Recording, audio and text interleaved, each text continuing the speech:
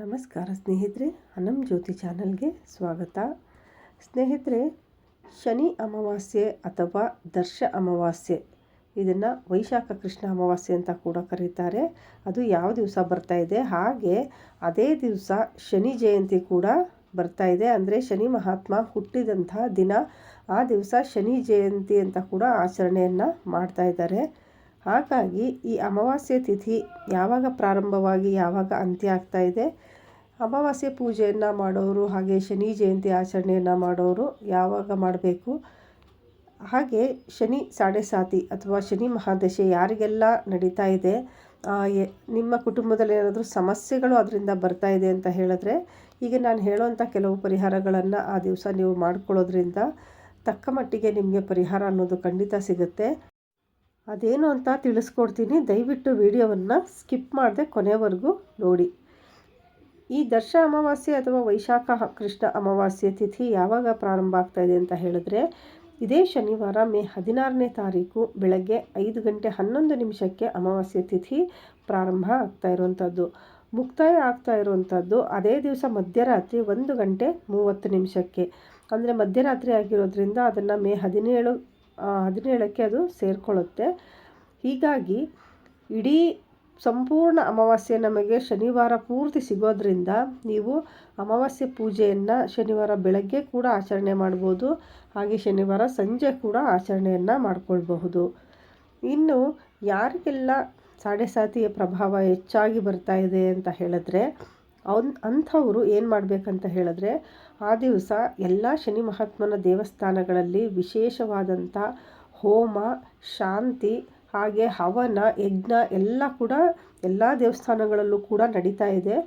ಆದ್ದರಿಂದ ನೀವು ಸಾಧ್ಯವಾದರೆ ಹೋಗಿ ನಿಮ್ಮ ಹೆಸರನ್ನು ಬರೆಸ್ಬಿಟ್ಟು ನಿಮ್ಮ ಕೈಲಿ ಸಾಧ್ಯವಾದಂಥ ಶನಿ ಶಾಂತಿ ಅಥವಾ ಶನಿಯ ಹೋಮಗಳಾಗಿರಬಹುದು, ಅದರಲ್ಲಿ ನೀವು ಭಾಗವಹಿಸೋದ್ರಿಂದ ಕೂಡ ನಿಮಗೆ ತಕ್ಕ ಮಟ್ಟಿಗೆ ಪರಿಹಾರ ಅನ್ನೋದು ಸಿಗುತ್ತೆ.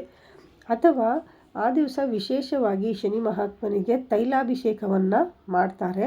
ನೀವು ತೈಲಾಭಿಷೇಕಕ್ಕೆ ಎಳ್ಳೆಣ್ಣೆಯನ್ನು ತೆಗೆದುಕೊಂಡು ಹೋಗಿ ದಾನವಾಗಿ ಕೊಡಬಹುದು, ಅಥವಾ ಕಪ್ಪು ಎಳ್ಳನ್ನು ನೀವು ದಾನವಾಗಿ ಕೊಡಬಹುದು. ಇದನ್ನು ದಾನವಾಗಿ ಕೊಡೋದ್ರಿಂದ ಕೂಡ ತಕ್ಕ ಮಟ್ಟಿಗೆ ಪರಿಹಾರ ಅನ್ನೋದು ಸಿಗುತ್ತೆ. ಅಥವಾ ನೀವು ನಿಮ್ಮ ಹೆಸರಿನಲ್ಲಿ ತೈಲಾಭಿಷೇಕವನ್ನು ಶನಿ ಮಹಾತ್ಮನಿಗೆ ಮಾಡಿಸೋದ್ರಿಂದ ಕೂಡ ಆ ಶನಿ ಮಹಾತ್ಮ ಶಾಂತವಾಗ್ತಾನೆ, ನಿಮ್ಮ ಸಮಸ್ಯೆಗೆ ತಕ್ಕ ಮಟ್ಟಿಗೆ ಪರಿಹಾರ ಅನ್ನೋದು ಸಿಗುತ್ತೆ. ಈ ದಿವಸ ವಿಶೇಷವಾದಂಥ ಒಂದು ಶಕ್ತಿ ಇರೋದ್ರಿಂದ ಆ ದಿವಸ ನೀವು ಮಾಡುವಂಥ ಪರಿಹಾರಗಳು ಖಂಡಿತವಾಗ್ಲೂ ಕೂಡ ಕೆಲಸ ಮಾಡುತ್ತೆ. ಅಂದರೆ ನಿಮಗೆ ಅದರಿಂದ ಪರಿಹಾರ ಅನ್ನೋದು ಖಂಡಿತ ಸಿಗುತ್ತೆ. ಆದ್ದರಿಂದ ನೀವು ಸಾಧ್ಯವಾದರೆ ಹೋಮವನ್ನು ಮಾಡಿಸಿ ಅಥವಾ ಶನಿ ಶಾಂತಿಯನ್ನು ಮಾಡಿಸಿ. ಯಾವುದೂ ಸಾಧ್ಯವಾಗದೇ ಇದ್ದಾಗ ಈ ರೀತಿಯಾಗಿ ಕಪ್ಪು ಎಳ್ಳನ್ನು ದಾನವಾಗಿ ಕೊಡೋದು, ಹಾಗೆ ಎಳ್ಳೆಣ್ಣೆಯನ್ನು ದಾನವಾಗಿ ನೀವು ಕೊಡಬಹುದು. ಹಾಗೆ ಆ ದಿವಸ ವಿಶೇಷ ಪೂಜೆಗಳು ನಡೀತಾ ಇದ್ದರೆ ಆ ಪೂಜೆಯನ್ನು ಕೂಡ ನೀವು ಹಣವನ್ನು ಕೊಟ್ಟು ಪೂಜೆಯನ್ನು ಮಾಡಿಸುವಂಥದ್ದು.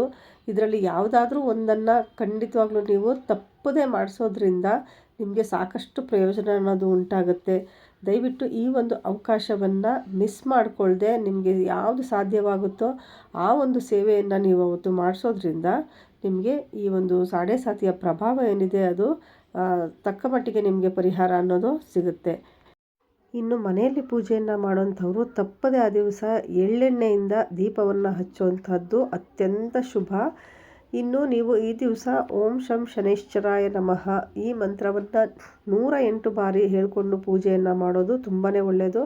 ಹಾಗೆ ಅದೇ ದಿವಸ ಶಿವನ ಮಂತ್ರ ಹಾಗೂ ಆಂಜನೇಯನ ಮಂತ್ರ ಅಥವಾ ಹನುಮಾನ್ ಚಾಲೀಸವನ್ನು ಓದೋದು ಕೂಡ ತುಂಬಾ ಒಳ್ಳೆಯದು.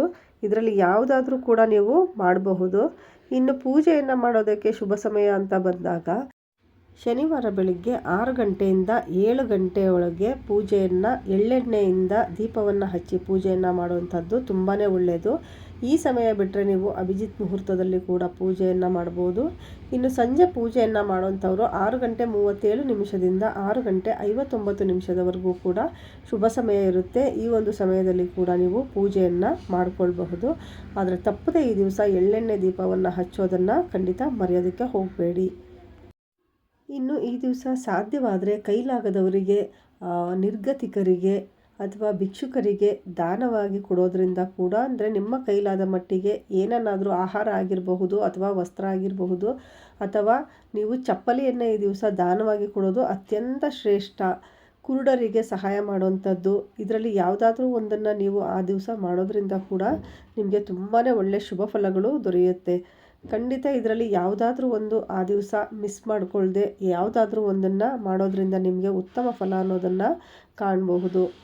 ನೋಡಿದ್ರಲ್ಲ ಸ್ನೇಹಿತರೆ, ಶನಿ ಜಯಂತಿ ಅಥವಾ ದರ್ಶ ಅಮಾವಾಸ್ಯೆಯ ಬಗ್ಗೆ ಕೆಲವು ಮಾಹಿತಿಗಳನ್ನು ಕೊಟ್ಟಿದ್ದೀನಿ. ಈ ಮಾಹಿತಿ ನಿಮಗೆ ಉಪಯುಕ್ತ ಅನಿಸಿದರೆ ಲೈಕ್ ಮಾಡಿ, ಈ ವಿಡಿಯೋನ ಬೇರೆಯವ್ರಿಗೂ ಕೂಡ ಶೇರ್ ಮಾಡಿ. ಸಬ್ಸ್ಕ್ರೈಬ್ ಮಾಡ್ಕೊಳ್ಳದೆ ನೋಡ್ತಾ ಇದ್ದರೆ ಈಗಲೇ ಸಬ್ಸ್ಕ್ರೈಬ್ ಮಾಡಿಕೊಂಡು ಪಕ್ಕದಲ್ಲಿರುವಂಥ ಬೆಲ್ ಐಕಾನ್ ಒತ್ತಿ ನಿಮ್ಮ ಅನಿಸಿಕೆಗಳನ್ನು ಕಮೆಂಟ್ ಮುಖಾಂತರ ತಿಳಿಸಿ. ಮುಂದಿನ ವಿಡಿಯೋದಲ್ಲಿ ಮತ್ತೆ ಭೇಟಿ ಮಾಡೋಣ. ಅಲ್ಲಿವರೆಗೂ ನಮಸ್ಕಾರ. ಸರ್ವೇ ಜನ ಸುಖಿನೋ ಭವಂತು.